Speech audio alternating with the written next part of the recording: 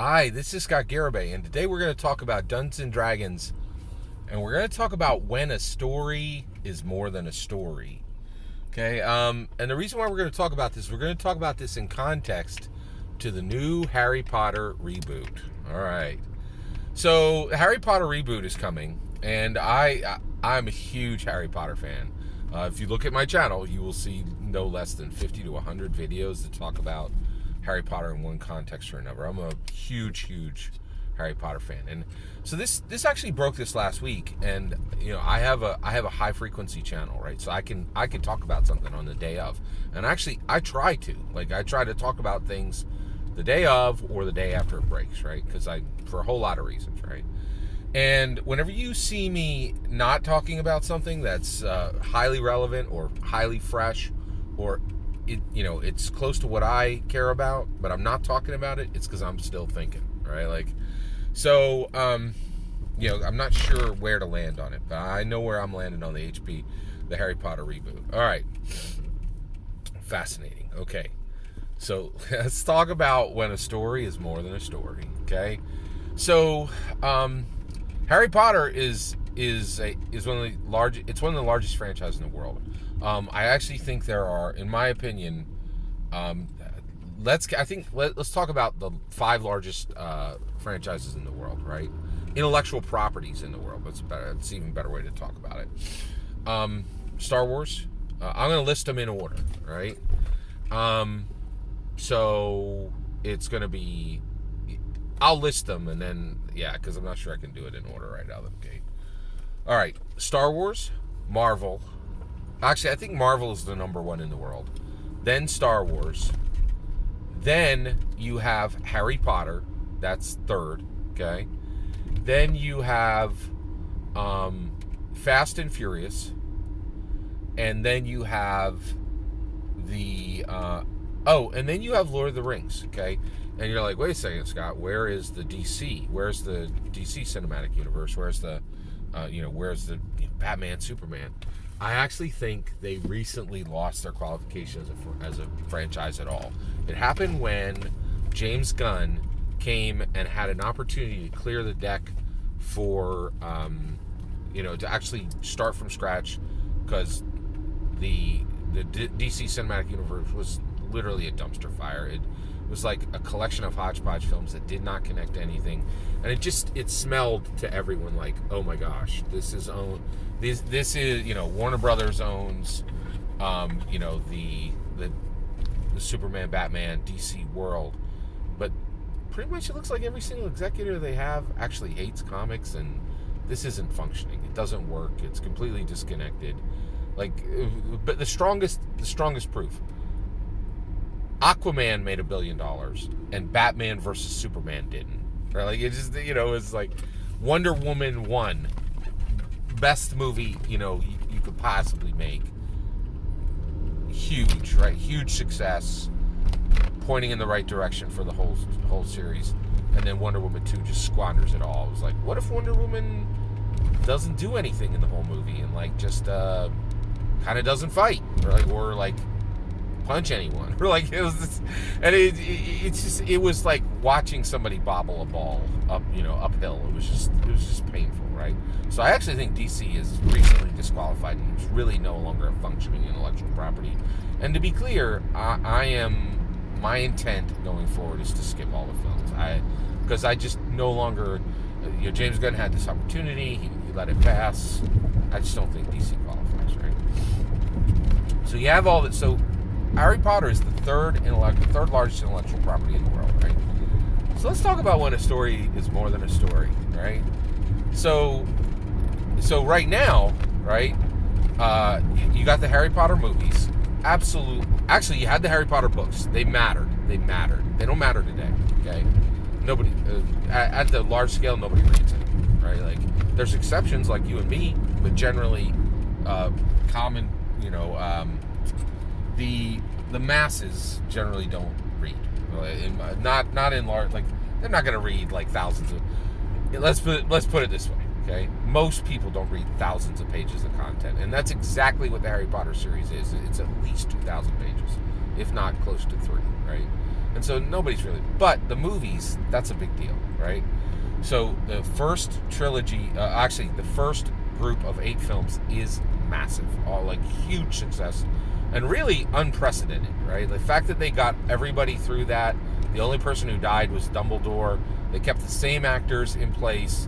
They did replace Dumbledore, and they actually took a lot of heat for that. And there's a lot of people who are like, oh, the portrayals are uneven, which is kind of true. Like Dumbledore gets a lot more angry with the second, whoever played him second, right? And so I kind of agree. Like but like Harry, Hermione, Ron, all the Weasley kids, the Weasley parents, every professor, like, it's astounding that they kept those people together for 10 years to make 8 movies. It is truly incredible, and I don't really think there's any equal to it. And I'm not sure it's even possible to do today, right? In that, like, it would...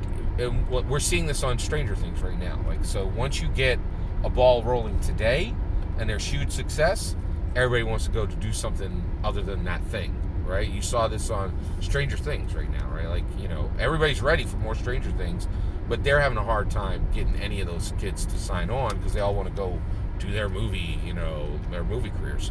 So I'm not sure you can get, 8 young people to stick together and stay on one film. It's truly incredible what they did there. Excuse me.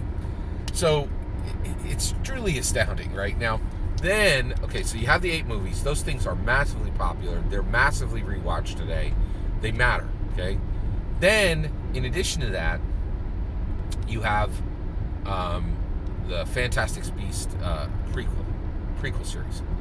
I don't know why Hollywood just absolutely refuses to accept this, but all prequel trilogies suck. Period. End of sentence. All prequels suck. They're cowards' work, okay?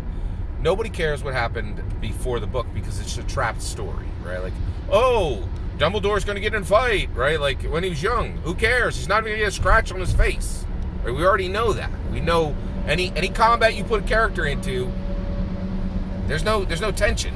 We know he gets out of it fine, right? Like, well, you're wasting my time, you're wasting your time, right? Prequels suck, right? And that's exactly what happened with Fantastic Beasts. And nobody cared about them. They did terrible at the box office. It was a hot mess, right? But here you go, like Harry Potter. Oh, but then Hogwarts Legacy came along. Huge success. I think it sold over $800 million worth of product within like 2 weeks. I think at this point that game has sold well over $1 billion in product. Right? It's a massive success, right? So Harry Potter is still around and it is still relevant, right? But the intellectual property is significantly under strain, right? So it's important to understand all that, right? So you have all that, so you have all this going on, and Harry Potter is still relevant. It is still important, right? And it's chugging forward, right? So yeah, all right. So you have that happening, and yeah. So Harry Potter is still a thing. It's still moving forward, right? So, oh, sorry. Okay, yeah. So where is it right now, right? So right now, the biggest thing is they need more content, right? They can't do any more prequel stuff.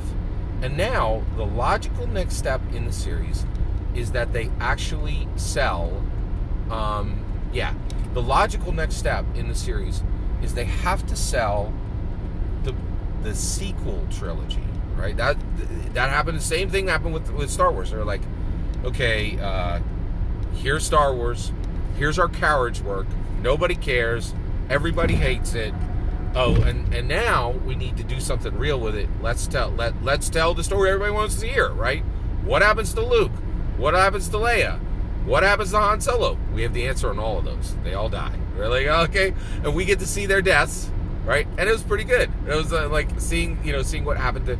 Same thing with Harry Potter, right? We want the sequel trilogy, right?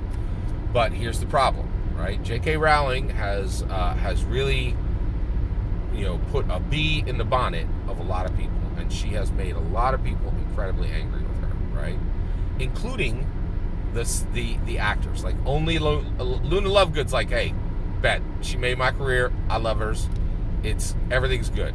Everybody else has got like side eye for her, right? And when they did the reunion, they didn't even invite her, right? So they're doing this celebration reunion thing to like literally 20 years after, and she's not there. And they're all talking about, oh, Harry Potter, blah blah blah. Let's can't talk about the creator, right?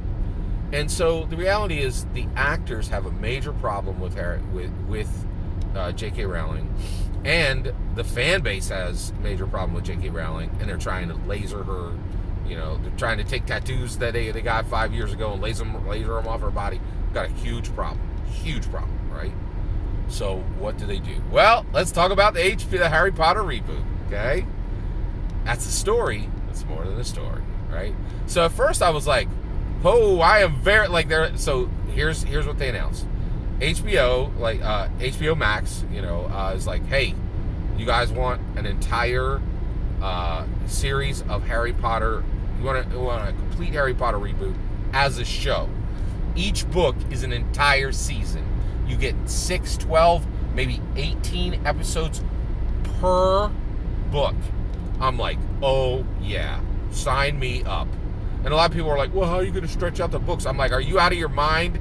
Like, I want an entire episode that is nothing but them eating in the grand hall, right? I want to see give me the potions class in real time. One episode, nothing but potions class. Like, it's just like, you cannot put Harry Potter on screen more than enough for me, right? So I was like very excited, right?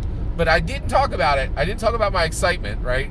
And the reason why was, I was like, there's this like little itch. I was like, what's going on here, right? Like, and then I heard it, right? And somebody was like, this ain't about anybody putting.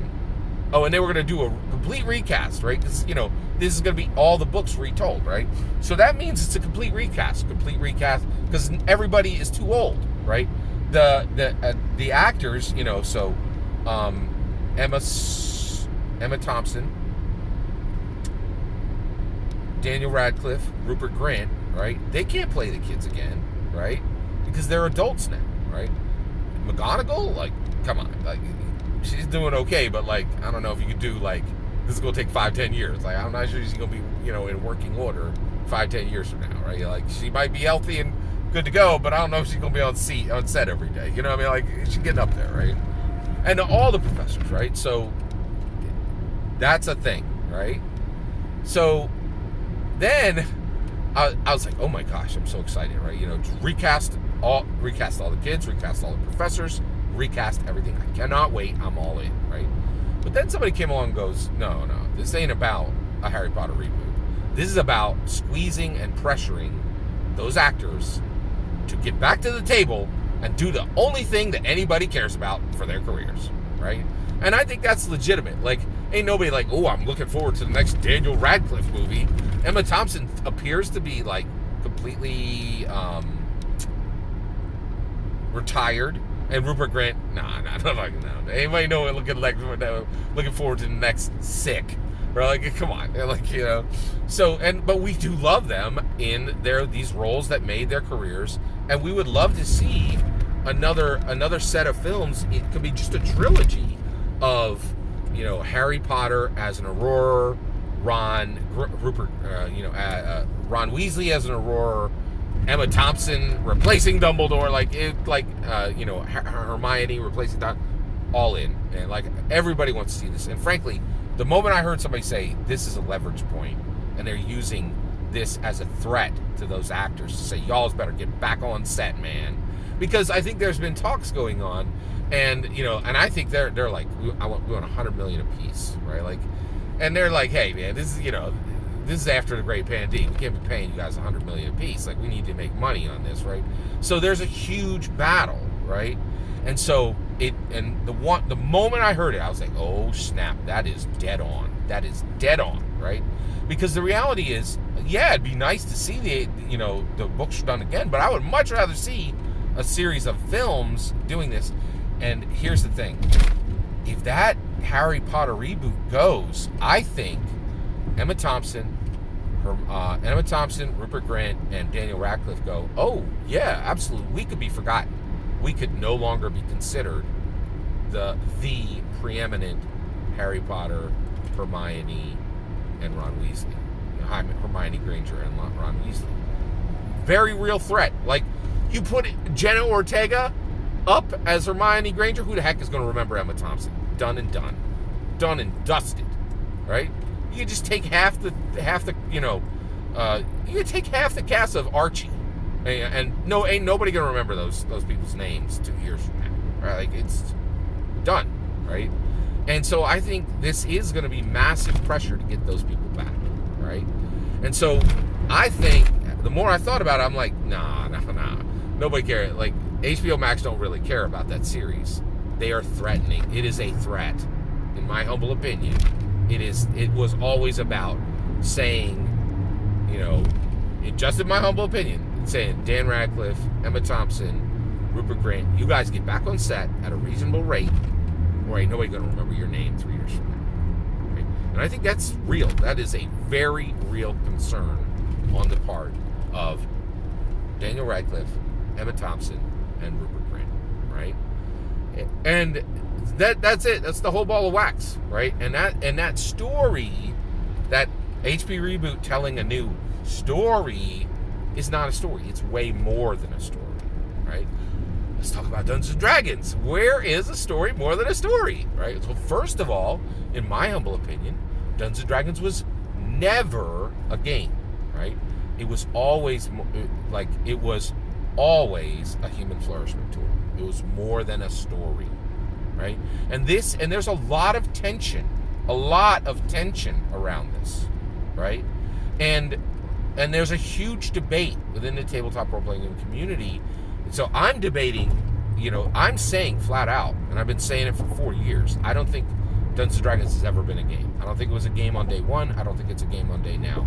I think Gary Gygax specifically designed a human flourishment tool, specifically designed something to help individual human beings change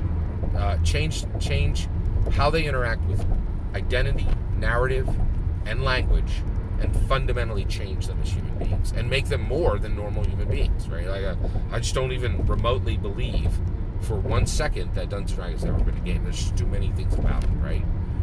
Now, I think that is still happening today. I think you are getting people at Hasbro, right?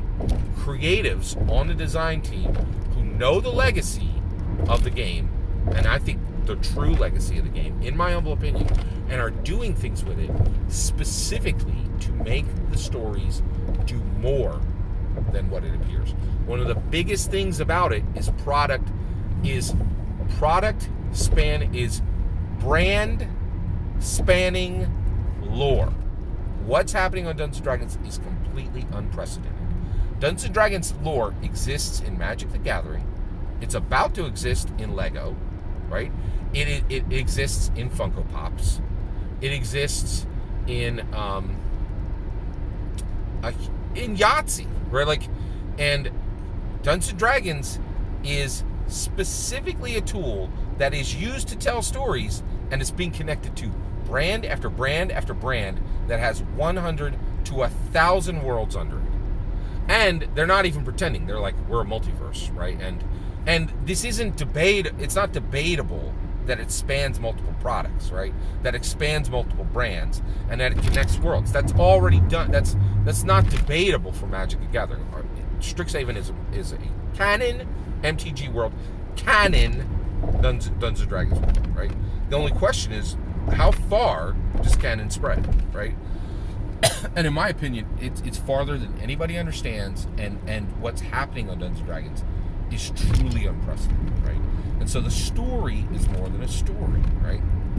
And that's the other thing is, like, for instance, perfect example of this, Wild Beyond the Witchlight, right? That book came out. What was it? Was it a Dungeons & Dragons adventure? Or was it the most powerful statement that you do not forget the 1983 cartoon? It has statted characters from the 1983 D&D cartoon, right? And the reality is, and so what did that do? It praised Gary Gygax's second greatest legacy, which was the cartoon. The first was Dungeons and Dragons itself, right? And it said, hey, we're not like any other tabletop role-playing game in the world. We got history going back like almost 5 decades, right? And we have, products coming to take our crown, but we're going to remind you, right? Like, and so that book was way more than a story about a witchlight carnival, right? It was telling and saying and doing on multiple levels, right? And so that's the issue is you really have this situation where what's happening on Dungeons and Dragons right now, right, is far more. It is just far more than a story. It's this powerful thing, right? Every single word of that is my humble opinion. What's important is when I get to hear yours.